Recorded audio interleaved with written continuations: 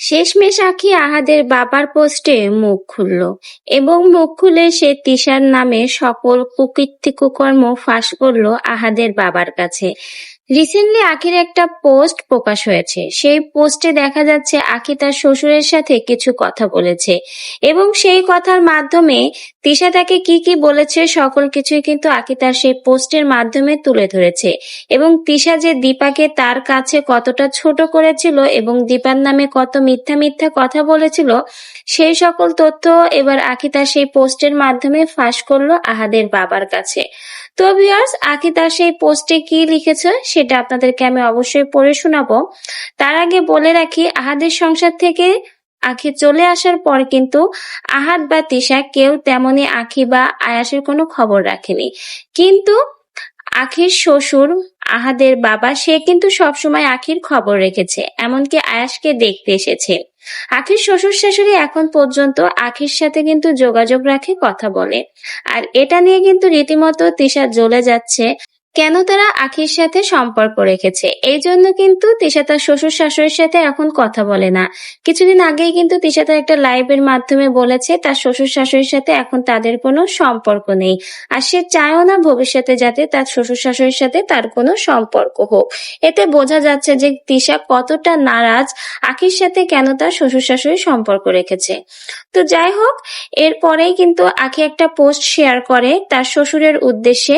তো সেই পোস্টে আখি লিখেছে, আমার ছেলেকে আপনি আম্মু বুশরা আপু যখন ইচ্ছা দেখতে আসবেন, তাতে আমার কোনো সমস্যা নাই। আমি হায়দে হায়দে ফোন দিলে এক ভদ্র মহিলা বলে আমি নাকি সম্পত্তির লোভে আপনাদের সাথে যোগাযোগ রাখি। দীপাকে আমি ভুল বুঝে অনেক কিছু বলতাম আগে, যখন আমার মতেও উচিত হয় নাই। আমি দীপার কাছে মাপ চাই। দীপাকে আমি অনেক কষ্ট দিয়ে কথা বলেছি। আব্বা আপনি যখন ইচ্ছা তখন আয়াসকে দেখতে আসবেন, যখন ইচ্ছা কল দিবেন। এরপরেই আখি তার শ্বশুর শাশুড়ির সাথে আয়াস পেটে থাকতে তার সুন্দর একটা ছবি শেয়ার করে। এই পোস্টের মাধ্যমেই আখি বুঝিয়ে দিয়েছে আহাদের সাথে তার সম্পর্ক না থাকলেও তার শ্বশুর শাশুড়ির সাথে তার খুবই ভালো সম্পর্ক রয়েছে এবং তার শ্বশুর শাশুড়ি তার সাথে যোগাযোগ রাখে বলেই কিন্তু এখন তিশা রীতিমতো তার শ্বশুর শাশুড়ির উপর রাগ। তাদের কোনো খোঁজ খবর নেয় না, এমনকি তাদেরকে আহাদের সাথে বাসায় থাকতেও দেয় না।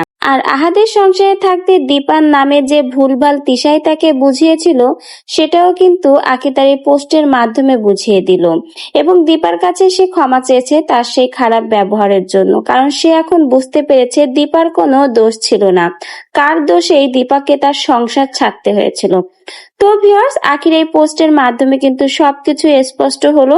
আখি কিন্তু তার এই পোস্টের মাধ্যমে বুঝিয়ে দিয়েছেন তার শ্বশুর শাশুড়ির সাথে তার সম্পর্ক ভালো, এই জন্য কিন্তু তিশা তার শ্বশুর শাশুড়ির কোনো খোঁজ নেয় না।